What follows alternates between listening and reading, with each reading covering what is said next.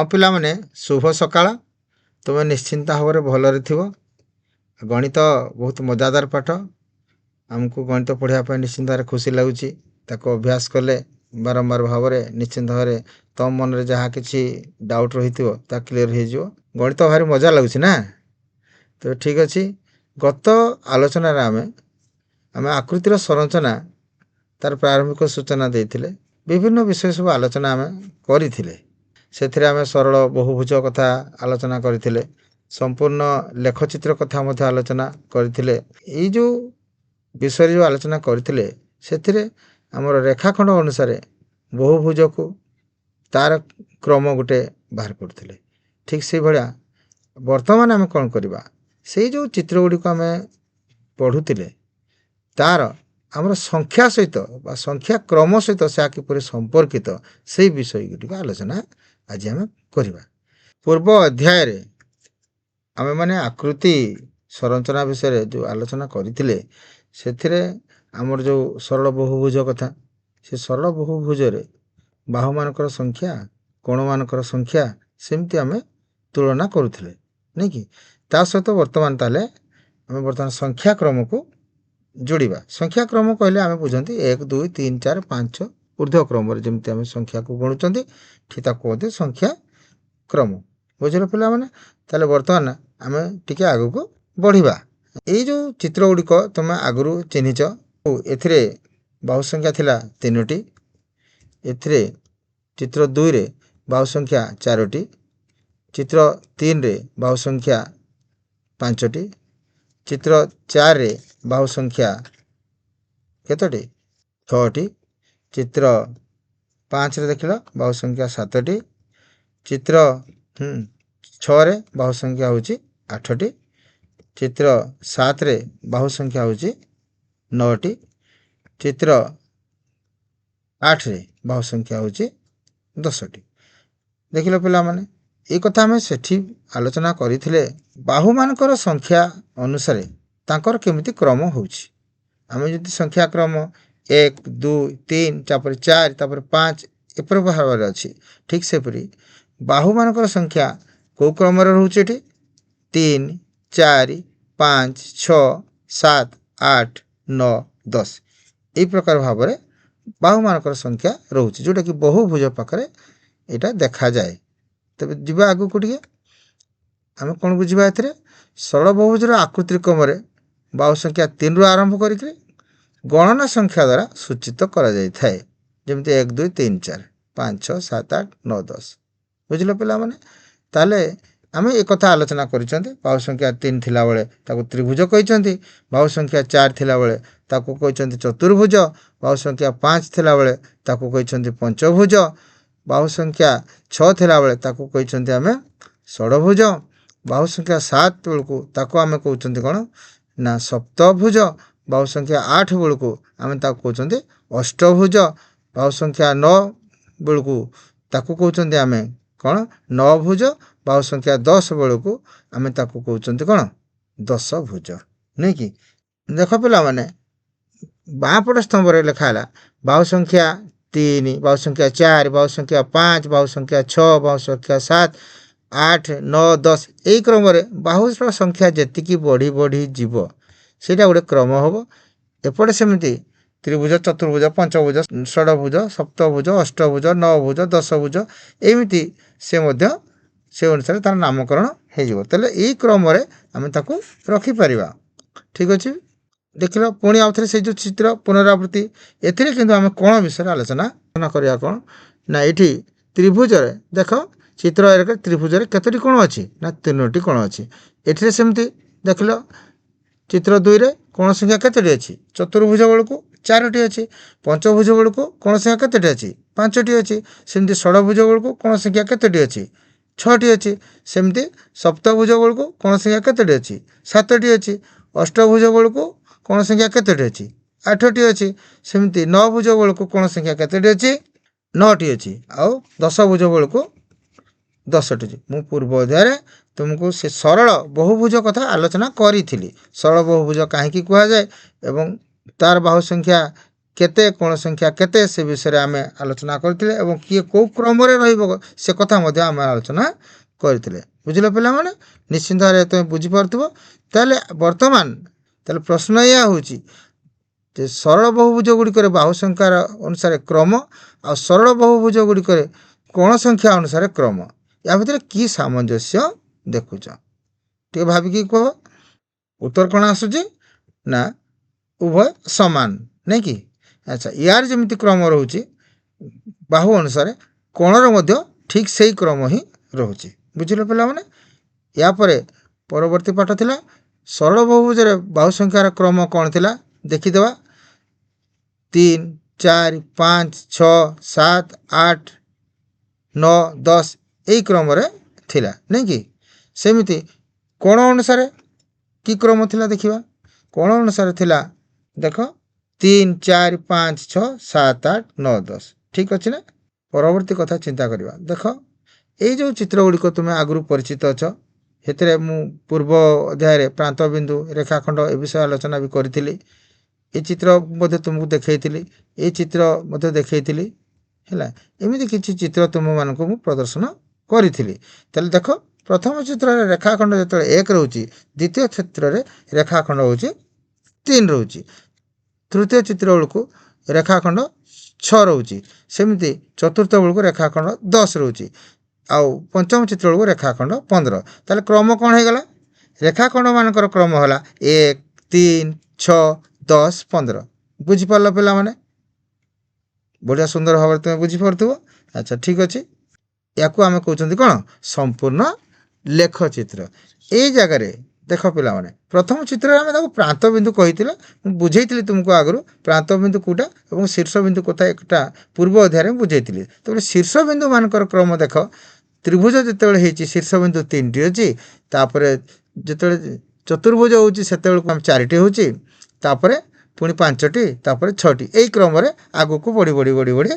चलो संपूर्ण लेख चित्र रे आमर शीर्ष बिंदु तार क्रम किपरि रेखाखंड तार क्रम किपरि से विषय तो तुम निश्चित भाव बुझीपार ठीक अच्छे संपूर्ण लेखचित्र रेखाखंड संख्यार क्रम हूँ 1 3 6 10 15 यहीपरि आगू को आगू चलो बुझेगा पिला माने तापरे ये चित्रटी तुम आगु तुमको देखई थी एठी ताकू आम किपरि भाव में क्रम सजा करवा से कथा मध्य पूर्व अध्याय आलोचना करी तुम मन थी निश्चित भाव में नहीं कि देख लो ये आम ताकू कहते प्रथम करुले या कहते द्वितीय करुले या कहते आम तृतीय तापर या चतुर्थ या पंचम करुले कौ आधार करते मन पका टे ये आमर जो शीर्ष बिंदु अनुसार ताकू क्रम करुले ये आम कौन करुले परवर्ती समय ताकू रेखाखंड अनुसार तार क्रम भी कर तुम भल भाव में बुझीच नुहे कि पिला माने ठीक अच्छे ये देख ये चित्र देख पिला माने ये जो 5टी चित्र मुझे देखी ये चित्र संबंध में तुम आगु परिचित अच्छ नहीं कि प्रत्येक जगह देख प्रथम चित्र रे वर्ग चित्र अच्छी द्वितीय चित्र वर्ग चित्र अच्छी तृतीय अच्छे चतुर्थ पंचम किंतु फरकटा हूँ या प्रथम चित्र गोटे मात्र वर्ग चित्र अच्छी है कि द्वितीय चित्र देख तार वर्ग चित्र जो बाहु गुड़िक अच्छी से बाहु गुड़िक पार्श्व समद्विखंड कराई निम्न और ऊर्ध्वर समद्विखंड कराई जहाँफल से कौन है 1 2 3 4 कर 4टी वर्ग चित्र विभक्त हो गला समुदाय गोटे वर्ग चित्र एमती 5टी है तेणु यही क्रम से रहा पुणी द्वितीय चित्र बेलू ठीक देख बाहु गुड़िक सम 3 खंड कराफल कौन हो आमर केतोटी वर्ग चित्र तैयारी देख लो 14टी वर्ग चित्र तैयारी से ठीक ठीक से पद्धति देख चतुर्थ जो चित्र चतुर्थ चित्र सेमती 30टी वर्ग चित्र तैयारी केमी ना ए प्रत्येक बाहु गुड़िक सामान 4 भाग में विभक्त करागला और ताकू गार टाणवा फल 30टी वर्ग चित्र सेठी गठित है ठीक सेमती देखा पंचम चित्र देख 5 भाग कलापर से कौन हो 55टी वर्ग चित्र से परिणत है वर्ग चित्र जो आम कहले तार संख्या सहित आम संपर्क कौन अच्छी तार क्रम केमी रहा तार क्रम हूँ गोटे 5टी 14टी 30टी 55टी शुण पिला माने एटा तुम क्लास रे से सूत्र नहीं टिके ऊपर क्लास को गले এটা କେମିତି ହେଉଛି, ଏତିକିଟା ବର୍ଗ ଚିତ୍ର କେମିତି ତା ଭିତରେ ରହିପାରୁଛି, ସେ ସୂତ୍ର ତୁମେ ନିଶ୍ଚିନ୍ତ ଭାବରେ ପଢ଼ିବ ଏବଂ ବୁଝିବ। ସେଇଟା ଉପର କ୍ଲାସ୍କୁ ଗଲେ ଜାଣିପାରିବ। ବର୍ଗଚିତ୍ର ସଂଖ୍ୟାର କ୍ରମ ଅନୁସାରେ କେମିତି ରହିବ ସେଗୁଡ଼ିକ ଦେଖିବା। 1, 5, 14, 30, 55 ଯେମିତି ଆମେ ଆଲୋଚନା କରୁଥିଲେ। ଠିକ୍ ଅଛି, ଆଗକୁ ଯିବା। ବର୍ତ୍ତମାନ ତ୍ରିଭୁଜ କ୍ଷେତ୍ରରେ କେମିତି ହେଉଛି ଆମେ ଦେଖିବା। ଦେଖ ପିଲାମାନେ, ଏଇସବୁ ଗୁଡ଼ିକ ତ୍ରିଭୁଜ ପୂର୍ବ ଅଧ୍ୟାୟରେ ଆମେ କ'ଣ କରିଥିଲେ ନା ତ୍ରିଭୁଜ ଗଣି ଗଣି ଗଣି ଗଣି ସଂଖ୍ୟା ଆମେ ନିରୂପଣ କରିଥିଲେ। ହେଲେ କି ଏଇଠି ଯେଉଁ ତ୍ରିଭୁଜ ଭିତରେ ଆଉ ଗୋଟେ ଛୋଟ ଛୋଟ ତ୍ରିଭୁଜ ସବୁ ରହିଛି ତୁମେ ଦେଖିପାରୁଛ। ଦେଖ, ଏଇ ତ୍ରିଭୁଜରେ ପ୍ରଥମ ତ୍ରିଭୁଜରେ ଗୋଟେ ହିଁ ଅଛି।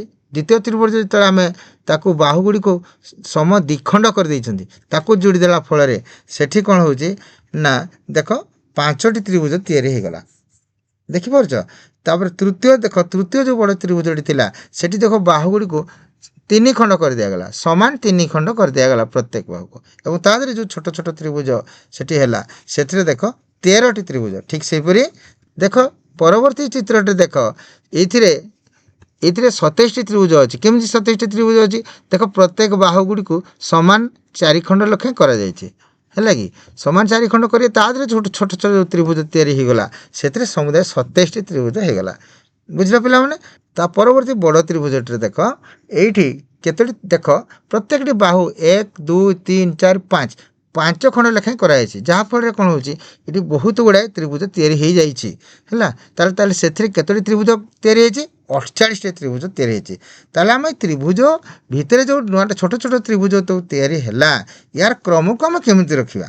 ନାଇଁ କି ଆମେ ପ୍ରଥମଟିରେ କିଛି ବିଭାଜନ ହେଲାନି, ଦ୍ୱିତୀୟଟିରେ 2 ଖଣ୍ଡ କଲେ, 3 ଖଣ୍ଡ କଲେ, ତାପରେ 4 ଖଣ୍ଡ କଲେ, ତାପରେ 5 ଖଣ୍ଡ କଲେ। ଏମିତି ତ୍ରିଭୁଜକୁ ଯଦି ଆଗକୁ ଏମିତି 6 ଖଣ୍ଡ, 7 ଖଣ୍ଡ, 8 ଖଣ୍ଡ, 9 ଖଣ୍ଡ ଏମିତି ଭାଗ କରି କରି ଚାଲିବା ସମାନ ଭାବରେ, ତାହେଲେ ନିଶ୍ଚିନ୍ତ ଭାବରେ କ'ଣ ହେବ, ସଂଖ୍ୟାଟା ଆହୁରି ବଢ଼ି ବଢ଼ି ବଢ଼ି ବି ଚାଲିବ। ତାହେଲେ ଏଇ ତ୍ରିଭୁଜମାନଙ୍କର କ୍ରମ କେମିତି ରହିବ ଆମେ ସେଇଟା ବର୍ତ୍ତମାନ ବୁଝିବା। ଏହାର ସୂତ୍ରଟି ତୁମେ ଉପର କ୍ଲାସ୍ରେ ଗଲେ ନିଶ୍ଚିନ୍ତ ଭାବରେ ପଢ଼ିବ। ଠିକ୍ ଅଛି। ତ୍ରିଭୁଜମାନଙ୍କର ସଂଖ୍ୟାର କ୍ରମ କେମିତି ରହୁଥିଲା ତୁମେ ଦେଖିଥିଲେ? କହିଲ ଦେଖିବା। ଦେଖ 1, 5, 13, 27 ଆଉ 48 ଏମିତି ଆଗକୁ ବଢ଼ି ବଢ଼ି ବଢ଼ି ବଢ଼ି ବଢ଼ି ଚାଲିବ। ବୁଝିଲ ପିଲାମାନେ? ଠିକ୍ ଅଛି। ଦେଖ, ଏଇ ଯେଉଁ ଚିତ୍ରଟି ଦେଖୁଛ ଏଇ ବିଷୟରେ ତୁମେ ଆଗରୁ ପରିଚିତ ଅଛ। ଇଏ ହେଉଛି ତୁଷାରକଣାର ଗୋଟେ ଚିତ୍ର। ଏ ତୁଷାରକଣାରେ ଏଠି ତୁମେ ଦେଖିପାରୁଛ। ତୁମେ এই ଯେଉଁ ଚିତ୍ରଟିରେ ରେଖାଖଣ୍ଡ ସଂଖ୍ୟା 3 ଥିଲା, ଶୀର୍ଷ ସଂଖ୍ୟା 3 ଥିଲା ଏବଂ କୋଣ ସଂଖ୍ୟା ମଧ୍ୟ 3 ଥିଲା। ଏଇଟା ଆଗରୁ ତୁମେ ପୂର୍ବ ଅଧ୍ୟାୟରେ ଆଲୋଚନା ଆମେ କରିଥିଲେ। ତେବେ ଏଇ ଯେଉଁ ଚିତ୍ରରେ ଦେଖିପାରୁଛ, এই ଚିତ୍ରରେ ରେଖାଖଣ୍ଡ ସଂଖ୍ୟା 12 ଥିଲା ଏବଂ ଶୀର୍ଷ ସଂଖ୍ୟା 6 ଥିଲା ଆଉ କୋଣ ସଂଖ୍ୟା 6 ଥିଲା। ତାପରେ ଏଇ ଯେଉଁ ଚିତ୍ରଟି ଆଉ ଟିକେ ଜଟିଳ ହେଇଥିଲା ସେ କଥା ମଧ୍ୟ ଆମେ ଆଲୋଚନା କରିଥିଲେ। ରେଖାଖଣ୍ଡ ସଂଖ୍ୟା 48 ଥିଲା, ଶୀର୍ଷ ସଂଖ୍ୟା 18 ଥିଲା, କୋଣ ସଂଖ୍ୟା ମଧ୍ୟ 18 ଥିଲା। ଏଗୁଡ଼ିକ ତୁମ ନିଜ ଖାତାରେ ତୁମେ ନୋଟ୍ କରିଥିବ ନିଶ୍ଚିନ୍ତ ଭାବରେ। ତେବେ ଦେଖିବା, ଏଇ ଯେଉଁ ଚିତ୍ରଟିରେ ରେଖାଖଣ୍ଡ ସଂଖ୍ୟା 192 ଥିଲା, ଏଥିରେ କୋଣ ସଂଖ୍ୟା 66 ଥିଲା, ଶୀର୍ଷ ସଂଖ୍ୟା ମଧ୍ୟ 66 ଥିଲା। ଦେଖ, ଏଇ ଯେଉଁ ତଥ୍ୟ ଗୁଡ଼ିକ ଆମେ ଅନୁଧ୍ୟାନ କଲେ, এই କଚ୍ ତୁଷାର କଣା ୟା ଭିତରେ এই ଯେଉଁ 4ଟି ଚିତ୍ର ଆମେ ଦେଖିଲେ ଏବଂ ତା'ର କୋଣ, ରେଖାଖଣ୍ଡ, ଶୀର୍ଷ ତାକୁ ଯେଉଁ ଅନୁଧ୍ୟାନ କଲେ ସେ ବିଷୟରେ ଆମେ ଟିକେ ଆଉ ଟିକେ ଧାରଣା ପକ୍କା କରିଦେବା। ତ କଥାଟା ହେଉଛି, এই ଯେଉଁ 4 ଚିତ୍ରଟି ଆମେ ଦେଖିଲେ ରେଖାଖଣ୍ଡର କ୍ରମ କେମିତି ଥିଲା ପିଲାମାନେ? ରେଖାଖଣ୍ଡର କ୍ରମ ପୂର୍ବରୁ ଆମେ ଦେଖିଥିଲେ 3, 12, 48 ଆଉ 192। ଏମିତି ଆଗକୁ ଆଗକୁ ବଢ଼ି ବଢ଼ି ଚାଲିବ। ଯେତେବେଳେ ହମ୍ପ ସଂଖ୍ୟା ବଢ଼ି ବଢ଼ି ଚାଲିବ, ରେଖାଖଣ୍ଡ ସଂଖ୍ୟା ଯୋଡ଼ି ଯୋଡ଼ି ହେଇକି ଚାଲିବ। ଏ କଥା ମୁଁ ପୂର୍ବରୁ ତୁମକୁ ବୁଝେଇଛି। ତାହେଲେ ସେଇ ହମ୍ପ ସଂଖ୍ୟା ଆଉ ରେଖାଖଣ୍ଡ ସଂଖ୍ୟା ଯେତେବେଳେ ବଢ଼ି ବଢ଼ି ଚାଲିବ, ଏଇ ଯେଉଁ 192 ପରେ ଆହୁରି ସଂଖ୍ୟା ସେମିତି ବଢ଼ି ବଢ଼ି ବଢ଼ି ବଢ଼ି ଚାଲିବ। ଯେମିତି ପ୍ରଥମ ଚିତ୍ରରେ ରେଖାଖଣ୍ଡ ସଂଖ୍ୟା 3 ଥିଲା, ଦ୍ୱିତୀୟରେ 12ଟା ଥିଲା, ତୃତୀୟରେ 48ଟା ଥିଲା, ଚତୁର୍ଥରେ ସେମିତି 192, ସେମିତି ଆଗକୁ ଆଗକୁ ଆଗକୁ ବଢ଼ି ବଢ଼ି ଚାଲିବ। ବୁଝିଲ ପିଲାମାନେ? ଠିକ୍ ଅଛି। ଦେଖିବା ବର୍ତ୍ତମାନ ଶୀର୍ଷବିନ୍ଦୁ ସଂଖ୍ୟାର କ୍ରମ କଥା ଆଲୋଚନା କରିବା। ଶୀର୍ଷବିନ୍ଦୁ ଠିକ୍ ସେଇଭଳି। ଦେଖ, ପ୍ରଥମ ଚିତ୍ରରେ ଦେଖ 3ଟି ମାତ୍ର ଥିଲା, ଦ୍ୱିତୀୟରେ କେତୋଟି ଥିଲା ଦେଖିପାରୁଛ? 6, 18, 66। ଏମିତି ଯଦି ଆହୁରି ହମ୍ପସ୍ ତା ଦେହରେ ତିଆରି ହୁଏ ଏବଂ ରେଖାଖଣ୍ଡ ଯୋଡ଼ି ହେଇଯାଏ, ତାହେଲେ ନିଶ୍ଚିତରେ ସେ ସଂଖ୍ୟାଟା ବଢ଼ି ବଢ଼ି ଯାଇଯିବ। ତାହେଲେ କ୍ରମଟା କେମିତି ରହିବ? 3, 6, 18, 66 ନୁହେଁ କି? ଆଚ୍ଛା, ଯିବା କୋଣ ସଂଖ୍ୟାର କଥା ଦେଖିବା। ଦେଖ, ପ୍ରଥମ ଯେଉଁ ଚିତ୍ରଟିରେ ଦେଖ ସେଥିରେ ମାତ୍ର 3ଟି କୋଣ ଅଛି, କିନ୍ତୁ ଦ୍ୱିତୀୟ ଚିତ୍ରଟି ବେଳକୁ ସେ କୋଣଟା ବଢ଼ିଗଲା। ସେ କେତେ ହେଲା? 6 ହେଇଗଲା। ତୃତୀୟ ଚିତ୍ର ବେଳକୁ କେତେ ହେଇଗଲା? 18 ହେଇଗଲା। ଚତୁର୍ଥ ଚିତ୍ର ବେଳକୁ କେତେ ହେଲା 66। ଏମିତି ଯେ ସେଇ କୁଞ୍ଚନ ଆହୁରି ବଢ଼ି ବଢ଼ି ବଢ଼ି ବଢ଼ି ଯାଏ ତାହେଲେ ସେ କୋଣ ସଂଖ୍ୟା ମଧ୍ୟ ସେମିତି ବଢ଼ିଯିବ। ତାହେଲେ କୋଣ ସଂଖ୍ୟାର କ୍ରମ କ'ଣ ରହିବ 3, 6, 18, 66 ନାଇଁ କି ଏଇ ପ୍ରକାର ଭାବରେ ବଢ଼ି ବଢ଼ି ବଢ଼ି ବଢ଼ି ଯିବ। ତାହେଲେ ଏବେ ଆସ ଆମେ ଯେଉଁ ବାହୁ ସଂଖ୍ୟା ଅନୁସାରେ ଆମେ କ୍ରମ କରୁଥିଲେ ଏବଂ ସେଥିରେ ପୁରୁଣା ଅଧ୍ୟାୟରୁ କିଛି ପାଠ ଆମେ ପାଇଥିଲେ। ଏବେ ନୂଆ ଅଧ୍ୟାୟରେ ମଧ୍ୟ କିଛି ନୂଆ ଜିନିଷ ମଧ୍ୟ ଜାଣିଲେ। ସେ ଅନୁସାରେ ମୁଁ ତୁମକୁ କିଛି ପ୍ରଶ୍ନ ଦେଉଛି ତାକୁ କ'ଣ କରିବ ସମାଧାନ କରିବ। ବାହୁ ସଂଖ୍ୟା 3, ବାହୁ ସଂଖ୍ୟା 4, ବାହୁ ସଂଖ୍ୟା 5, ବାହୁ ସଂଖ୍ୟା 6 ଏହି କ୍ରମରେ ଯେଉଁ ବହୁଭୁଜ ଗୁଡ଼ିକର ଲେଖା ହେଇଛି ଏବଂ ତାର ନାମ ମଧ୍ୟ ଡାହାଣ ପଟେ ଲେଖା ହେଇଛି। ଡାହାଣ ପଟ ସ୍ତମ୍ଭରେ ତୁମେ କ'ଣ କରିବ ନା ତାକୁ ଗାର ଟାଣିକିରି ଯୋଡ଼ିବ। ବୁଝିଲ ପିଲାମାନେ? এই ଯେଉଁ ଗାର ଟାଣିକି ଯୋଡ଼ିବ। ତେବେ ବାହୁ ସଂଖ୍ୟା 3 ଥିଲେ ତାକୁ କ'ଣ କହିବା କହିଲେ ଦେଖିବା? ତ୍ରିଭୁଜ। ତାପରେ ବାହୁ ସଂଖ୍ୟା 4 ଭେରି ଗୁଡ୍। ବାହୁ ସଂଖ୍ୟା 5 ପଞ୍ଚଭୁଜ। ବାହୁ ସଂଖ୍ୟା 6 ହଁ ବାହୁ ସଂଖ୍ୟା 7 ସପ୍ତଭୁଜ। ବାହୁ ସଂଖ୍ୟା 8 ଅଷ୍ଟଭୁଜ। ବାହୁ ସଂଖ୍ୟା 9 ନବଭୁଜ। ବାହୁ ସଂଖ୍ୟା 10 ଦଶଭୁଜ। Very good. ବହୁତ ସୁନ୍ଦର ଭାବରେ ତୁମେ ସବୁ ଉତ୍ତର ସବୁ ଦେଇଛ। ତେବେ କ'ଣ କରିବା ନା ଦେଖ ପିଲାମାନେ ଆସ ସମ୍ପୂର୍ଣ୍ଣ ଲେଖଚିତ୍ରରେ ଥିବା କୋଣ ଓ ରେଖା ଗୁଡ଼ିକୁ ଗଣି ନିମ୍ନରେ ଥିବା କୋଠରୀରେ ଲେଖିବା। এই ଲେଖଚିତ୍ର ଗୁଡ଼ିକ ଆଗରୁ ଆଲୋଚନା ମୁଁ କରିଥିଲି ପୂର୍ବ ଅଧ୍ୟାୟରେ। এই ଯେଉଁ 5 ପ୍ରକାର ଲେଖଚିତ୍ର ତୁମେ ଦେଖିପାରୁଛ ଏଟା ଆଲୋଚନା ମୁଁ କରିଥିଲି। ତେବେ ଏଥିରେ ପ୍ରାନ୍ତ ବିନ୍ଦୁ କେତୋଟି ଅଛି ତୁମେ ଗଣିକି ଲେଖିପାରିବ ଆରାମରେ। ଏଥିରେ ରେଖାଖଣ୍ଡ କେତୋଟି ଅଛି ଠିକ୍ ସେଇ ଅନ୍ୟ ଗୁଡ଼ିକ ମଧ୍ୟ ଦେଖିଲ। ଦ୍ୱିତୀୟ ଚିତ୍ରରେ ଶୀର୍ଷବିନ୍ଦୁ ରେଖାଖଣ୍ଡ ଏମିତି ତୃତୀୟ ଚତୁର୍ଥ ପଞ୍ଚମ ଏଇଗୁଡ଼ିକ। ପ୍ରଥମ ଚିତ୍ରରେ ଦେଖିଲ ପ୍ରାନ୍ତ ବିନ୍ଦୁ କେତୋଟି ଅଛି? କେତୋଟି ଅଛି? 2ଟି ଅଛି। ଆଚ୍ଛା ଠିକ୍ ଅଛି। ରେଖାଖଣ୍ଡ କେତୋଟି ଅଛି ଦେଖିଲ? ଗୋଟିଏ ଅଛି ନାଇଁ କି? ସେମିତି ଦ୍ୱିତୀୟ ଚିତ୍ରରେ ଦେଖିଲ ଶୀର୍ଷବିନ୍ଦୁ କେତୋଟି ଅଛି? 3ଟି ଅଛି। ରେଖାଖଣ୍ଡ କେତୋଟି ଅଛି? 3ଟି ଅଛି। ଠିକ୍ ଅଛି। ସେମିତି ତୃତୀୟ ଚିତ୍ରରେ ଦେଖ ଶୀର୍ଷବିନ୍ଦୁ କେତୋଟି ଅଛି? 4ଟି। ରେଖାଖଣ୍ଡ 6ଟି। ସେମିତି ଶୀର୍ଷବିନ୍ଦୁ 5ଟି। ରେଖାଖଣ୍ଡ 10ଟି। ଶୀର୍ଷବିନ୍ଦୁ 6ଟି। ରେଖାଖଣ୍ଡ 15ଟି। ଠିକ୍ ଏହି କ୍ରମରେ ଆମେ ଏକଥା ମଧ୍ୟ ଆଲୋଚନା କରିଥିଲେ। ତେବେ ଆଉ ଥରେ ତାକୁ ପୁନରାବୃତ୍ତି କରିଦେଲେ ଶୁଣ ପିଲାମାନେ ଆମେ ଆଜିର ଅଧ୍ୟାୟକୁ ତ ଭଲ ଭାବରେ ତୁମେ ଶୁଣିଲ ଏବଂ ବୁଝିଲ। ଗୋଟେ କାମ କରିବ ଘରୁ ଗଲେ ତାକୁ ପୁଣି ଆଉ ଥରେ ଅଭ୍ୟାସ କରିବ। ଯେଉଁ ଜାଗାରେ ତୁମେ ବୁଝିପାରିଲ ନାହିଁ ନିଶ୍ଚିନ୍ତ ଭାବରେ ତୁମେ ତ ବିଦ୍ୟାଳୟର ଶିକ୍ଷକ ଶିକ୍ଷୟିତ୍ରୀ ସେମାନଙ୍କୁ ପଚାରି ବୁଝିବ। କିଛି ଅବୁଝା ରହିବନି। ନିଶ୍ଚିନ୍ତ ଭାବରେ ତୁମେ ତାକୁ ବୁଝି ନେବ। ଆଉ ଗୋଟେ କଥା ଗୋଟେ ଛୋଟ କାମ ଗୃହ କାର୍ଯ୍ୟ ହିସାବରେ ତୁମକୁ ଦେଉଛି। ଘରକୁ ଗଲେ ତାକୁ ତୁମେ କ'ଣ କରିବ ନିଜେ ହିଁ କରିବ। ବୁଝିପାରିଲ? ନିଜେ କରିବ। ଗୃହ କାର୍ଯ୍ୟଟି କ'ଣ ନା ନିଜ ମନରୁ 5 ପ୍ରକାର ସଂଖ୍ୟାର କ୍ରମ ତିଆରି କରି ଆଣିବ। ଦେଖ ଏଇଟା ଭଲ ଭାବରେ ଚିନ୍ତା କରିବ ନିଜେ କରିବ। ଯଦି ନ ଆସିବ ତାହେଲେ ମାଆଙ୍କୁ ପଚାରିବ ବାପାଙ୍କୁ ପଚାରିବ ଆବଶ୍ୟକ ସ୍ଥଳେ ତୁମର ସାଙ୍ଗ ପିଲାମାନଙ୍କୁ ପଚାରିପାର। ଠିକ୍ ଅଛି ପିଲାମାନେ ଆଜିର ପାଠ କେମିତି ଲାଗିଲା? ନିଶ୍ଚିତ ଭାବରେ ତୁମେ ଭଲ ଭାବରେ ବୁଝିଥିବ ଆଉ ତୁମକୁ ଆନନ୍ଦ ବି ଲାଗିଥିବ। ନିଶ୍ଚିନ୍ତ ଭାବରେ ଅଭ୍ୟାସ କର। ଅଭ୍ୟାସ କଲେ ନିଶ୍ଚିନ୍ତ ଭାବରେ ହବ। ତେବେ ବହୁତ ନୂଆ କଥା ଆମେ ଜାଣିଲେ। ଏବେ ସିନା ଆମେ ତ୍ରିଭୁଜ ଏବଂ ଚତୁର୍ଭୁଜ ବା ବର୍ଗକ୍ଷେତ୍ର ଏଥିରେ ଆମେ ଗଣି ଗଣି କହୁଛନ୍ତି କିନ୍ତୁ ଆଗକୁ ଉପର କ୍ଲାସ୍ରେ ତୁମେ ତା ପାଇଁ ଗୋଟେ ସ୍ୱତନ୍ତ୍ର ସୂତ୍ର ବି ଅଛି। ତୁମେ ଆରାମରେ ସେଥିରୁ କେବଳ ତ୍ରିଭୁଜର ତାର ବାହୁ ମଧ୍ୟ ଗଣିକି ମଧ୍ୟ କେତୋଟି ଛୋଟ ଛୋଟ ତ୍ରିଭୁଜ ଅଛି କହିପାରିବ। ବହୁଭୁଜ ଅଛି ସେଥିରେ ମଧ୍ୟ କହିପାରିବ। ତୁମକୁ ଯେଉଁ ଗୃହ କାର୍ଯ୍ୟ ମୁଁ ଦେଲି ସେ ଗୃହ କାର୍ଯ୍ୟକୁ ନିଜେ କରିବ। ନହେଲେ ଶିକ୍ଷକ ଶିକ୍ଷୟିତ୍ରୀ ଅଛନ୍ତି ବିଦ୍ୟାଳୟରେ ତାଙ୍କୁ ମଧ୍ୟ ପଚାରି ବୁଝିବ। କିନ୍ତୁ ଚେଷ୍ଟା ରଖ ସବୁବେଳେ ଚେଷ୍ଟା ରଖ ଗଣିତ ପାଠକୁ ଯେମିତି ଅତି ଆନନ୍ଦଦାୟକ କରିବା ପାଇଁ ଚେଷ୍ଟା କର। ଆଜିର ଏ ଯେ ପାଠ ତୁମକୁ ମନ ଛୁଆଁ ନିଶ୍ଚିନ୍ତରେ ହେଇଥିବ। ବହୁତ ବହୁତ ଧନ୍ୟବାଦ। ଖୁସିରେ ଶିଖିବା ସମସ୍ତଙ୍କ ଅଧିକାର। ନମସ୍କାର।